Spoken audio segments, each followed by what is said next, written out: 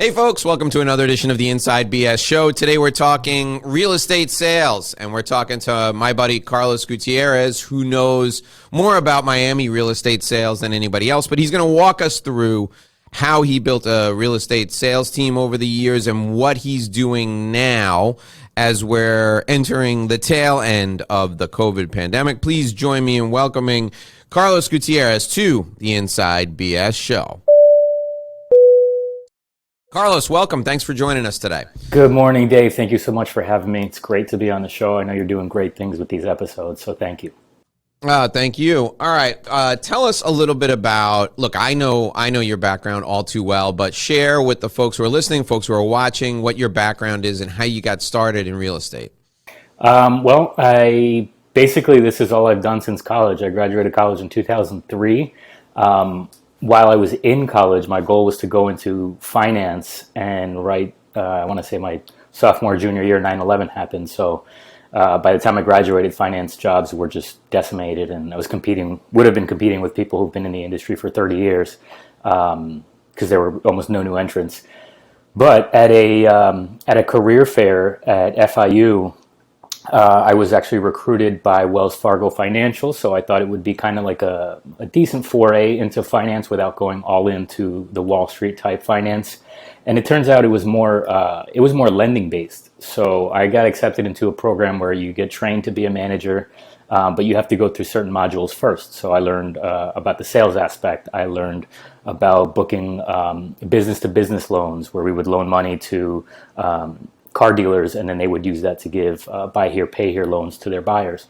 We did the financing for furniture stores like El Dorado, where they offer you a credit card because that came from Wells Fargo. And that kind of just really the bread and butter of that whole operation evolved into real estate loans. So mortgages were really the way to hit the top of the ranks of producing. So really that became my emphasis, is selling home equity lines of credit, mortgages, refis, and then learning the closing process. And from there, it just kind of evolved. By the time I was 25, I bought and sold my first property for profit, and I knew it was real estate going forward, and it has been. 18 years later, I'm still hitting it hard in the real estate world. So that was my entrance into the industry. And does that background in understanding lending and understanding real estate finance, does that help you in working with your clients today? Yeah, it helps in all stages, before we start, during, and even after, because I can give them all kinds of advice on how to pay down your mortgage when you close. But before they even hire me, a conversation typically turns to financing, unless they're cash buyers, which is fantastic. But if I can give them a little education, which 9 times out of 10 I do, they feel more comfortable trusting me. So the knowledge of all the foundations of lending have not changed. The overarching and, they call them overlay guidelines from each lender, that does change. So I'll leave that to the experts. I'll refer it out. But the foundations are there. I know the rules. I know, I guess you could say more than the average realtor about the lending side. So it helps me not only have them feel more comfortable, but once we're in the process, I've been able to guide them, the buyers, and even the sellers, towards avoiding obstacles with the lending. It's great when I'm representing sellers, which is really what we love to do, because I can get an offer from a buyer side, and then I call their lender, I speak the lender language with them, and I get a much better understanding of vetting them, as opposed to just getting a pre-qualification letter that was written on a Word doc. So so the answer is yes, it 100% helps. Talk a little bit about your process overall, not necessarily the sales process, but your overall process when you work with, take the seller side first, because my experience from talking to you over the years and talking to other people who do what you do is you're more thorough than probably 90% of the other realtors out there. So describe for people your process that you use. Start with sellers first, and then we can talk about buyers after. Sure. I guess the approach, the thought process there is to be over prepared. So from the minute we get that phone call from a potential seller, or even before, if they've been referred to me and I have an address and a name, we go on public records. We see when they purchased it, how much of a mortgage is recorded in public records, which is not always necessarily the real case, but at least it gives us an idea. We see if there's been any transfers, any inheritance, any spouses. If I get introduced to one person and I'm not told that there's a spouse, I can see on public records that it's owned by two people. And that is night and day. The whole conversation completely changes when there's another decision maker involved. So we get to get ahead of those obstacles. And then we get into the nitty gritty, like checking for permits. When we check for permits, it tells us how old the roof is. It tells us when did they change their electrical. Have they made any additions? So really, it's a big reconnaissance effort before we get in front of them. So by the time we speak to them, we know a ton about their property, and then they can fill us in on anything we don't know. But when they feel that we're prepared, they typically feel more comfortable. I love the thorough nature of that. And the one thing I will say is based on what you just outlined, you hit on something that other realtors don't think of that ends up blowing up the closing at the end, and that's the permits, right? How many times have we seen, and I don't even work in real estate, and I've seen open permits just totally destroy a deal or crush the closing timeline because people have to go back, and sometimes they have to redo something that was done without a permit. At minimum, they got to go and get architecturals, or they have to go and get inspections done, which can delay the entire process by weeks, if not a month or longer. So the thorough nature of your research going into it is a competitive advantage for you. Talk about the seller side now. So I'm sorry, the buyer side now. On the buyer side, what is the due diligence that is necessary with a buyer to make sure that the process on the back end is smoother?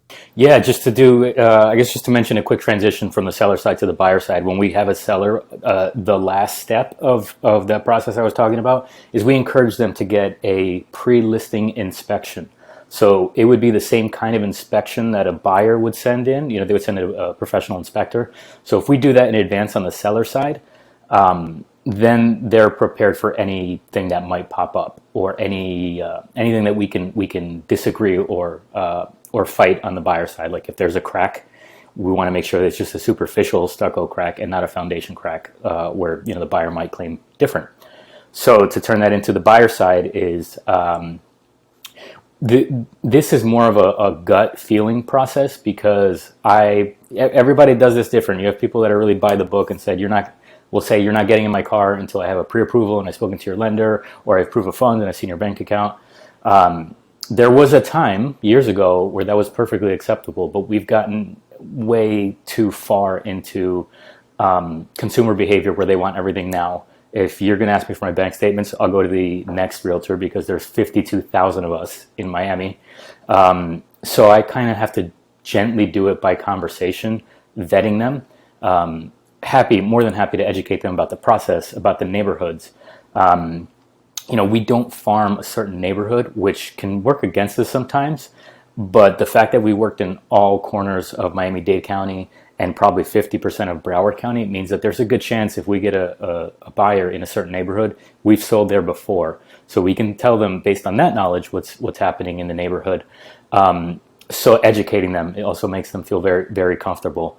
But I can't do too much due diligence. I can ask for a pre-qualification, but I can't dive too much into how much money do you make? How much money are you putting down? What do you have in the bank initially? And we used to. So I just kind of have to feel it out. Sometimes it's a leap of faith where I'll take them out one day, show them 4 or 5 properties.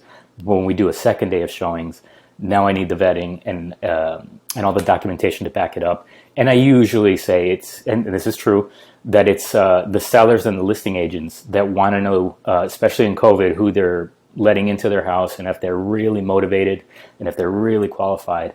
And then, that will kind of make everything easier. Once I get on the same page as the lender and their financing, the buying process it flows a lot more smoothly. What percentage of your business these days is condos versus residential houses? Because Miami-Dade, those of you who are listening or watching, if you're not familiar with the South Florida market, condos are huge, and probably, I don't know, you can tell us better, Carlos, than anybody. A lot of realtors, a huge portion of realtors focus on condos. What percentage of your business is condos versus residential homes? I'd say it's pretty split, 50-50. The market on the whole, you're absolutely right, Dave, is 60% is condos, and the remainder is single family homes. But here's something we've been seeing for years, and I was actually on the news. I was on Channel 10, kind of predicting when we were on the cusp of this. And the odd thing is that single family homes are by far deeper into a seller's market, meaning there are fewer buyers than there are homes for sale. And condos are in a buyer's market, meaning there's more condos on the market than there are buyers for it. So it's kind of it's a split. It's kind of like a paradigm of which market you go after. Obviously, it's based on preference. You're not going to just make a decision on where you're going to live based on that. But what we've noticed is that if we can play those economic indicators of supply and demand, we can do really great. For example, in that situation, if somebody were to sell a single family home, let's say their kids are grown, went to college or off in the workplace, and now it's just a couple in a big house that they don't need and they don't want to keep up. So they downgrade, they sell in a seller's market of single family homes, gives them a nice chunk of change, and now they can buy a beachfront condo with that in a buyer's market. So they're doing well on both ends. Typically the problem is, my home value has gone up, but anything else I buy has also gone up. So there's no parallel there. But we try to find the silver lining in each part of the economic indicators to work in favor of the client. Which is an easier process to close? Is it easier to close single family homes than condos because of associations and all those complications? Absolutely, yeah. You're 100% right, Dave. Here's the problem. In this market, I'm hoping it'll change once there's a readily available to the public a vaccine, because we have people that just don't want to put their homes on the market. They either lost their job or they're having financial difficulty due to the pandemic, and they can't make an outbound move, whether it's buying or renting, so they're kind of just stuck in their home. So once we feel like there's a vaccine, more people will feel comfortable letting strangers in their home, having open houses, and that may level out the supply and demand. But in the meantime, getting a contract on a single family home, to your question, is really difficult. We just closed one yesterday, actually, where we initially showed them in an open house, and the line to get into the house was around the block. So we waited like 30 minutes, but there were people at the end of the line that waited like an hour and a half. So we called the next day. My people love the house. By the time we called, they had 17 offers, and about 6 of them were over asking price. So we pulled out all the stops. We had the buyer, who was luckily, this worked out perfectly because he's a content writer. So he wrote a really nice Dear John letter, and we call it a love letter to the seller. And his story really was compelling. So we did that. We also went above asking like everybody else. And then we built a contingency in there where if it doesn't appraise, because we're seeing that in this market too, that the buyer will pay X amount over appraisal. And that makes the sellers feel comfortable. Wow. So we landed the contract. But to answer your question, to get to close a single family home sale, it's much easier, unless there's something unexpected like a roof that's outlived its useful life, or cloth wiring. Those are red flags. But red flags aside, do you really still see cloth wiring? Oh yeah, in different parts of Miami, mostly central Holy Miami. Cow, cloth wiring. Yeah, and this is obviously a fire hazard. So no kidding. Transaction wise, a single family home, it is easier to get done. It's just harder to land them. On the condo side, you can have similar obstacles where maybe you have an old electrical panel. Not typically too much wrong with the property because it's a smaller space and the building maintains everything but the walls in. But then you do get obstacles like the association. I want to say in the middle of the last crash, 2009, 2010, there was a really big condo lobbying arm that went to Tallahassee, and they passed a law where condo associations no longer have to keep 10% of the dues in reserve. That was a little short-sighted in my opinion, because now, yes, you have a little bit more money in your condo association and your dues are a little bit lower, but now you can't easily get a conventional loan in there because you need those reserves. Yeah. Plus, if something goes wrong, what do? The building's gonna have to get a loan, and then you're gonna get a special assessment.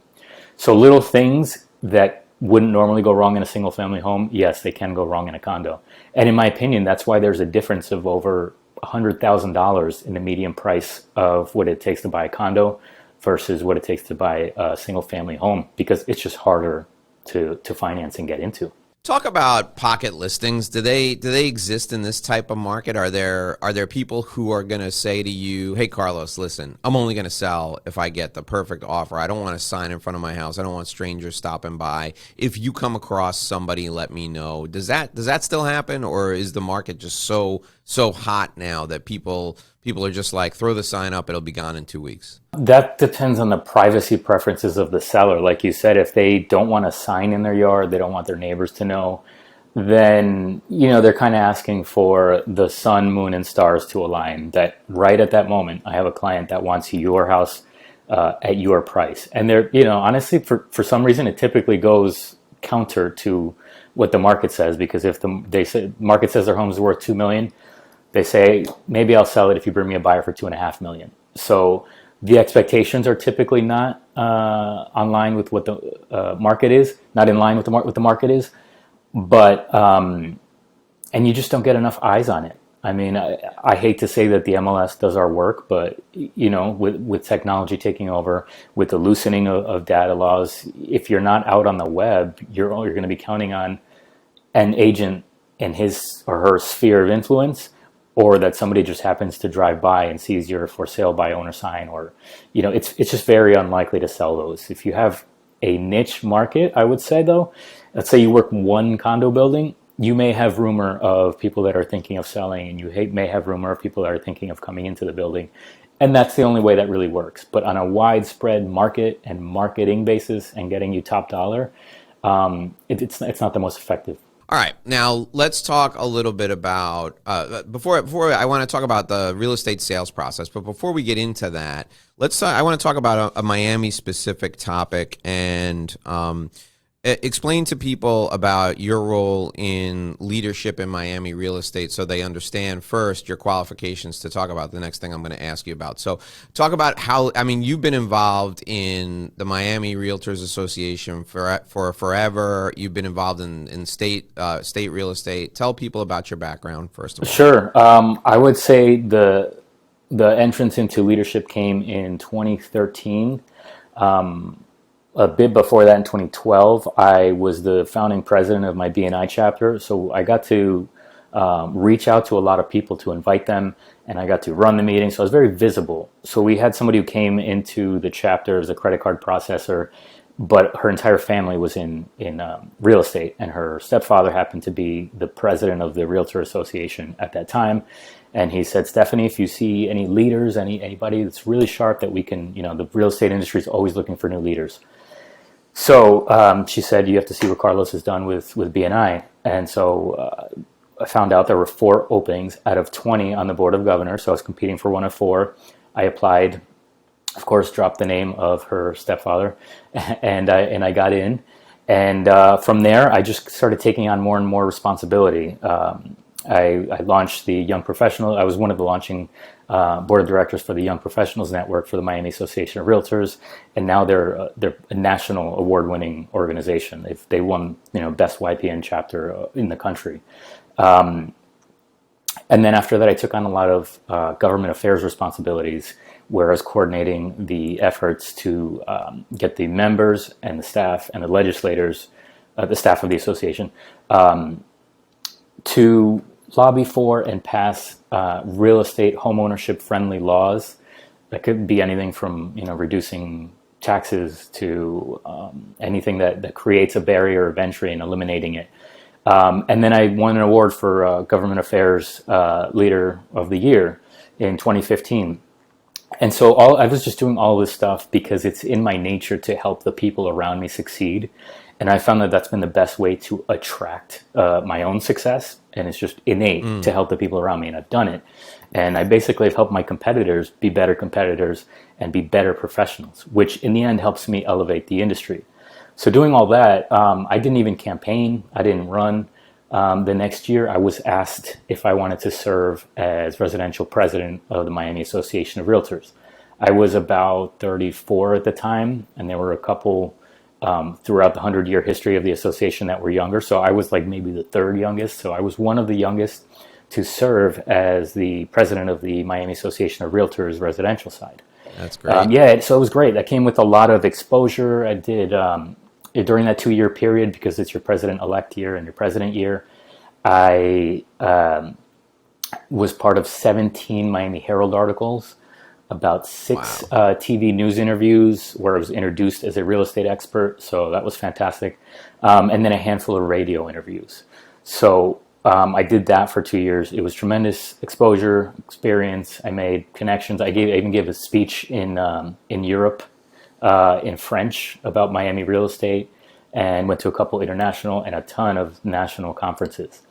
So that was a fantastic experience. And then I kept going, really. I have some leadership positions at the National Association of Realtors, and I was the 2018 District Vice President for the Florida Association of Realtors. So you're right, Dave. State, national, and obviously local it's all kind of intertwined as far as the leadership and the flow of the industry goes.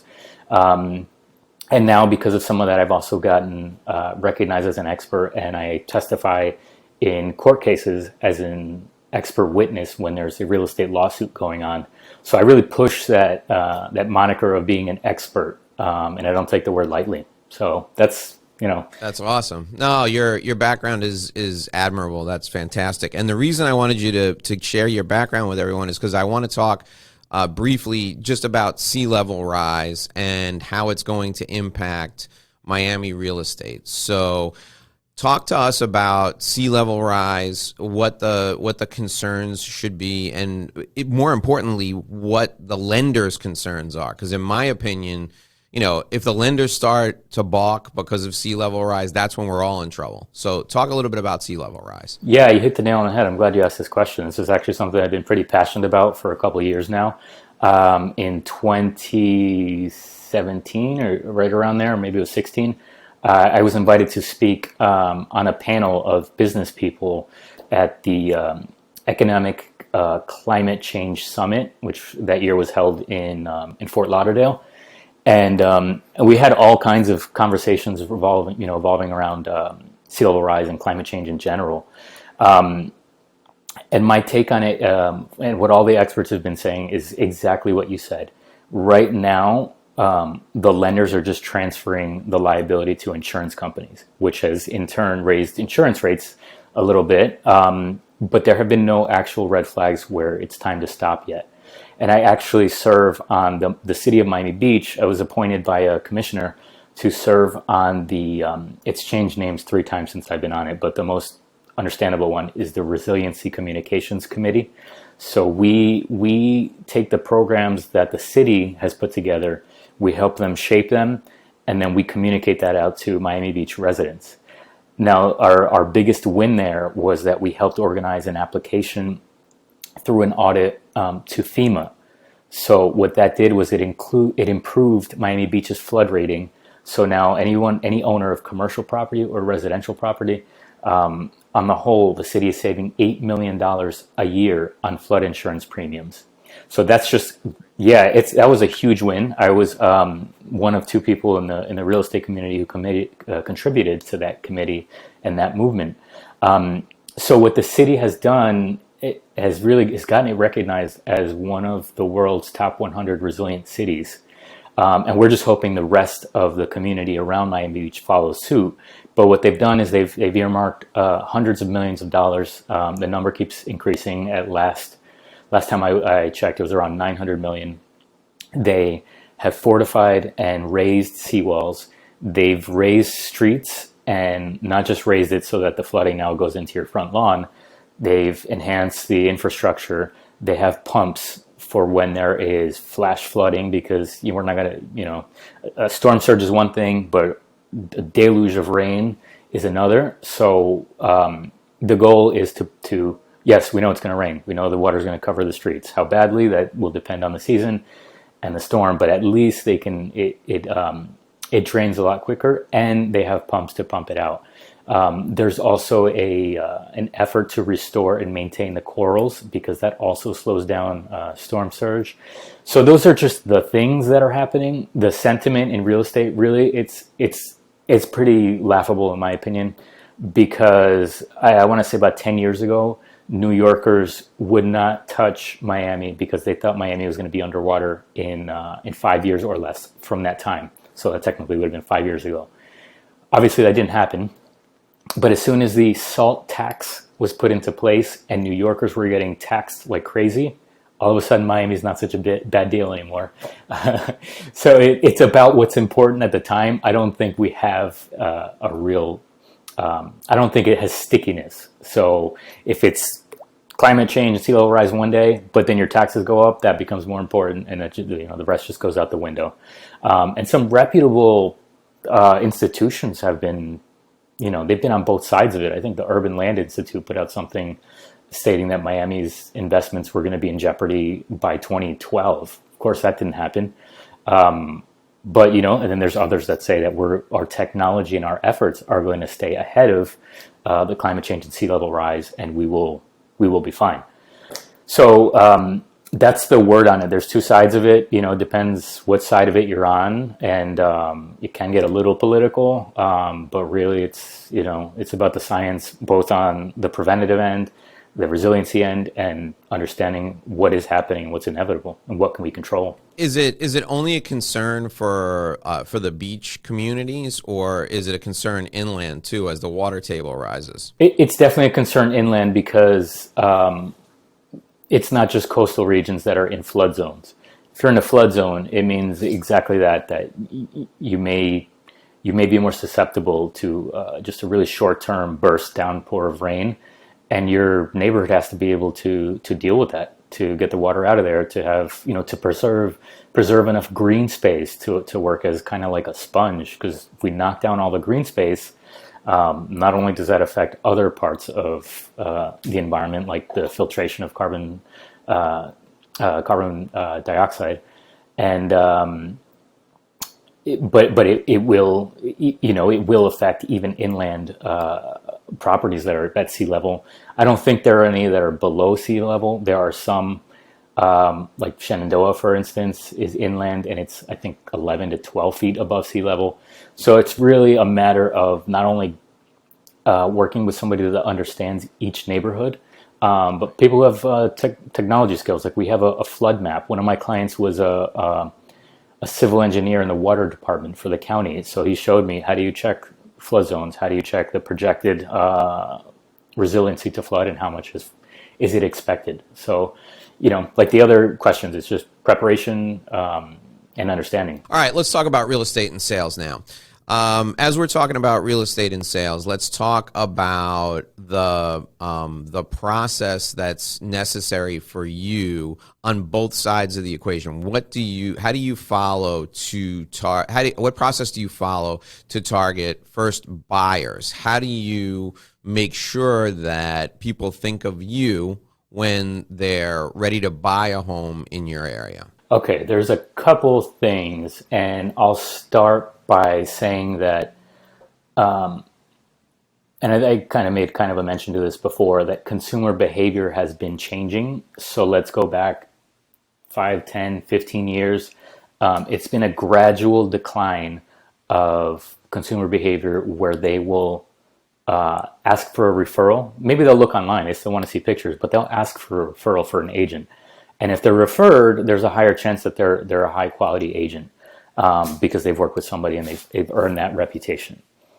Now, what has happened is that most consumers are now, myself, all of us included, it's just in our nature now, is that we've been moving to the Uber mentality, the Amazon mentality, the click to everything, the click to have it now. And what's happened as a result is less people are asking for referrals, so we're getting less referrals ourselves. So for a very long time, 85%, almost in the 90s% of our business was by referral, and that has gone down because we're in a digital world now.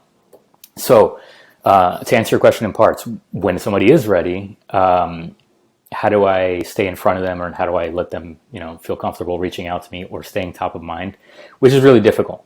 And the most simple answer is to be everywhere, to be in their social media, to be in their email, to network where they network, to ask them questions, to, for some people, I send them special gifts so that when they look at it in their home, they remember, oh yeah, Carlos sent us that. It was a really nice touch, very custom to our family kind of thing. And that's that's the easy answer. And you just do that consistently. The hard answer is adapting to the change that I mentioned first. And here's one of the things I did to start to adapt to that change is I took a very, very deep dive into technology where I was taking free classes, paid classes, reading books, interviewing people who do this at a high level. And it turns out there's a couple things that will help us bring in buyers in the future. And this could probably apply to any one of your business folks who's involved in sales, which I'm assuming is probably the majority, if not all of your folks. We researched predictive analytics, which means we look for indicators that will basically lead to a home buyer, since we're talking about buyers. So let's say somebody starts ordering diapers on Amazon. Well, that's an indicator. Does that mean their family's growing? Does that mean they've outgrown their space? Are they going to buy a new one? Somebody gets engaged. They start looking at engagement rings online, or they start looking at wedding venues. There's a 70% chance that somebody buys a home in the first year of marriage. So how do we get in front of those folks? We use digital ads that target them.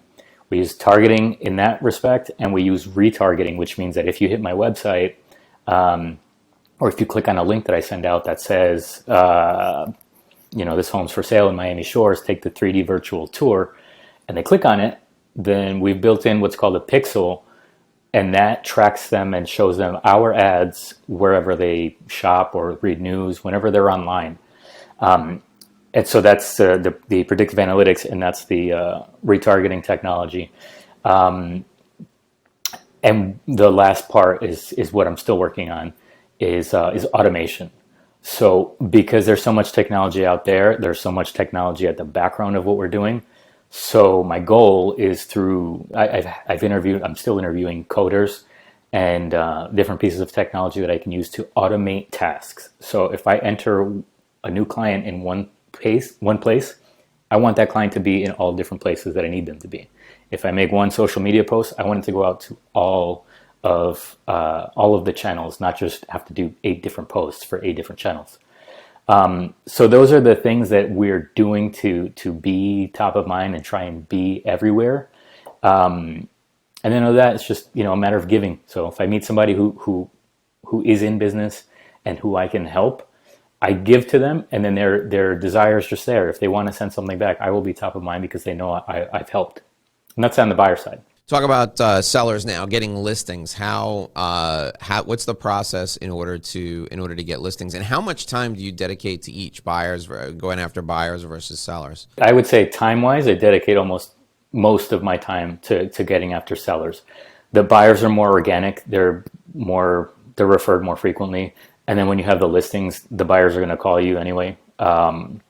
And just when people see in general, the perception is that you have listings, that you're moving things, that things are happening, that will attract the buyers.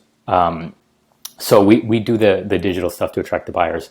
But the sellers, we follow similar procedures as the buyers, but it's much more difficult because it's more competitive. There's just fewer listings to go around these days. So I've actually implemented a few things which are experimental, but we're hoping they work. The first is an ISA. So this is a person who just hits the phones for me, which is really the lifeblood of sales. It's just, you got to hit the phone. You have to, people have to, if they can't see you and feel your energy, they have to at least be able to hear you over the phone and get that instant interaction in real time and their reaction, your reaction. So I hired an ISA, and he's going to call my digital leads. But I'm also I've started, just waiting for it to kind of get to the next stage, a sales funnel for people who inherit properties. So we started a website called Probate Brokers. It's probate-brokers.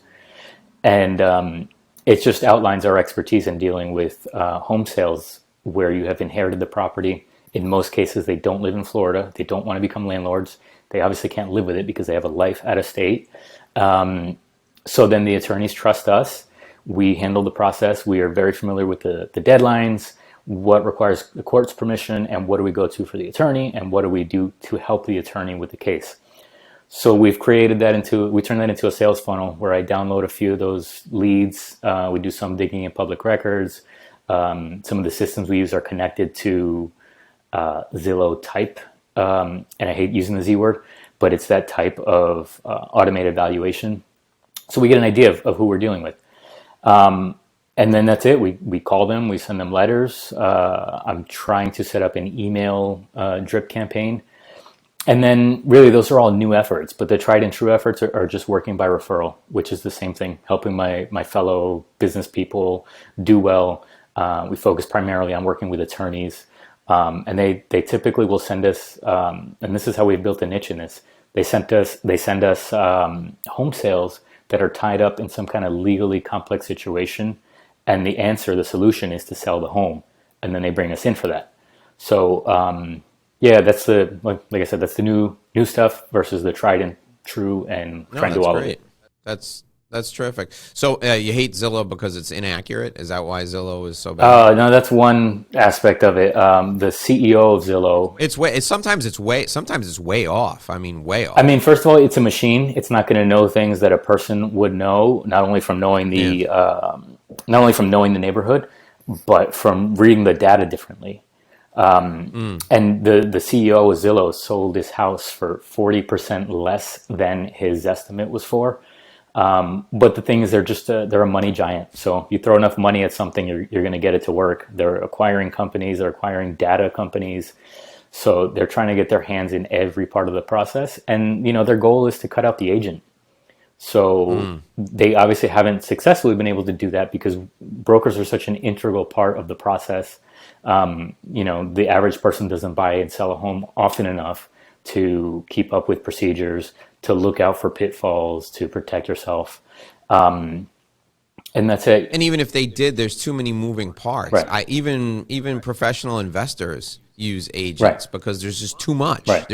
You can't do enough diligence on a specific property to make sure you get everything unless you're an expert. Absolutely. That's why I think it's important to value expertise. So yeah, you hit the nail on the head there. All right. So before we wrap things up, talk about the challenges of recruiting a real estate team and then managing a real estate team in, particularly in a profession where, I mean, it's like every other profession, but it seems like real estate here in South Florida, there's more fakers than there are people who really know what they're doing, right? So when you had a big team and you were managing a big team, what was the interview process like, and how did you select people who you knew could get the job done, people who could build relationships and nurture buyers while making sure to get the best deal for their clients? That's a great question. And I do it so naturally that I haven't really thought to explain the process before, but because you ask it brings a lot of those ideas to mind. I want to say back in 2012, 2013, I read a book called The Millionaire Real Estate Agent, written by Gary Keller. And I think that kind of changed, just reading that book alone, made a shift in my approach to team building and delegation. And one of the things that it kind of relies on and teaches, and that I've learned to a point where I know it so well that I actually teach the concept to other people of understanding different personalities and styles. And I even touched on it on one of your conferences at one of your legal conferences. So I got to share that. And basically, there's different products out there to understand personalities and styles. The one that I know the best is the DISC profile. There's the Briggs and Meyer, which people like. I haven't learned it enough to get that deep into it. But the DISC is simple enough to where I can use it very quickly without even using it. Now I just recognize somebody's personality. And the rule of thumb is that you want people to fit into the role that you're hiring them for and understand that they wouldn't fit in a different role. So you're not just looking or interviewing for somebody who, yeah, he's a good guy, she's a good person. You're not looking for that. You're looking for, do they have an outgoing personality? Are they good at connecting immediately with people? And are they kind of bubbly? So that would be on the disc spectrum. That would be an I. That would be an influencer. So I can have a conversation with somebody and assess that, or I could send them a link and say, hey, fill this out. And when we meet, I'll know what they are. So that's how it is. If you have a high I, you want them to be a buyer's agent. You want them to be out there connecting. You give them the buyers, and then they go out and into the world and work with them. But you don't want them doing your compliance. You don't want them doing your contracts. You don't want them doing your processes. For that, you would need somebody like a high C, which is a cautious, calculating person. They're good with processes. They understand how things need to conform in boxes of steps. So that has been the initial part of bringing on the right person. Keeping the right person, there are a ton of moving parts, especially when we're talking about real estate, because we don't pay them salaries. They earn commissions based on leads and systems and everything, marketing, things that we provide. So if they are falling short somewhere, maybe they're not hitting the phones, maybe they're not doing something, they may just at some point find, well, maybe it's the team and I'll go to a different team and things will be different. A lot of times they're not. And then some people are just not cut out to be on a team. To be honest with you, I've been on both sides of it. I've been a team leader for a very big part of it, and I've been on a team for a smaller part of it. And I need that freedom to grow and to make strategic moves like a CEO. I'm a great soldier team player, but in the end, if I need to get to the next level, which is always my target, I like that freedom to do that. And just motivating them. I typically like to lead by example. So if they see me on stage giving a presentation about the real estate market, that builds my visibility and credibility in their eyes. So leading by example is a very big one. And it can pay off in dividends to have a big team because you're essentially multiplying yourself. But it can also be a drain. It can also be a drain to monitor and sometimes, unfortunately, babysit people for just a small chunk of the override in their commission. So there's a balance of what's worth it and what's better to reclaim as my time and undelegate something. So it's a very difficult balance that I don't think has been mastered by many people. Yeah, well, especially in your industry, because if you're working on a $3 million closing, and there's somebody who's pestering you because they have 15 different challenges with a $250,000 house. Yeah. How much time are you going to spend on the 250? Right. Just pay him to shut up. Absolutely. And there's 100 of those stories. Yeah, I get it. I absolutely get it. You're ironing out three different. I mean, it costs you the same amount of time, the same amount of energy, the same amount of everything to close a $3 million deal as it does to close a $300,000 deal. So if you've got 10 agents and they're closing, deals that are below $500,000, and you're out there, hunting whales or fishing for whales, and you got a $4 million deal on the table, and you got three people bugging you because they can't close these $250,000 deals. I mean, that's the most important thing in the world to them. And, they're going to call you every 5 minutes. They're going to blow up your phone. Meanwhile, you're trying to get this big deal done. I mean, I would just pull my hair out. It would be crazy. Absolutely. And there's actually on the management side of it, obviously that pulls you away from the sales side of it. And there's even different aspects within the management side of it, because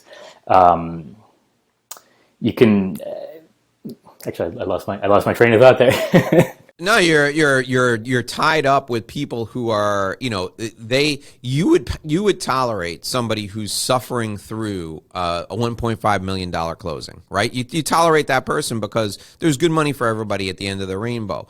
But if that same person is suffering through that $150,000 closing, it's, you have less patience for it because the return on investment of your time is that much lower.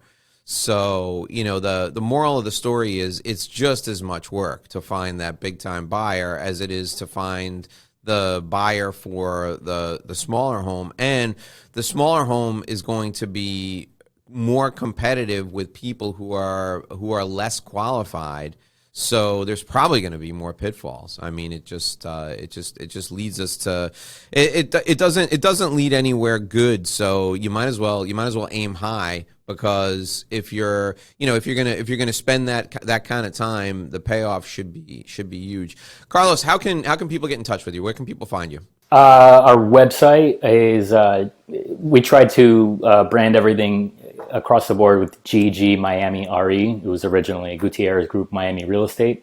So that's our website, that's our Instagram handle, that's our Facebook, that's our YouTube. And then email is best. Just get in touch, Carlos at GG Miami RE. And we would love to connect with as many people as we can in your world. Okay, so what we're going to do is we'll put all that in the show notes. If you want to reach out to Carlos, you'll be able to get in touch with him. Look in the show notes, look in the description down on YouTube, on the website. Everything will be in the show notes with direct links, so you can just click to it. Carlos, it was great great spending a couple of minutes with you today. Thanks for joining us, and we'll check back in with you on Sea Level Rise. Thank you so much. We'll get our raincoats out for the rainy season, and we'll check back in with you to see how things are doing. Thank you so much. We appreciate your expertise. Oh, it's my pleasure. We appreciate your expertise on everything real estate related. It's been an honor. Thank you. I really appreciate it. Thank you for having me on. My pleasure. All right, folks, that'll do it for this episode of the Inside BS Show. Until tomorrow, we'll see you right back here with another interview where we take you inside business secrets. We share the business. I got that reversed. We take you inside business strategy, share the insider business secrets, and cut through all the inside BS that's holding you back. Until then, please make a great living and live a great life.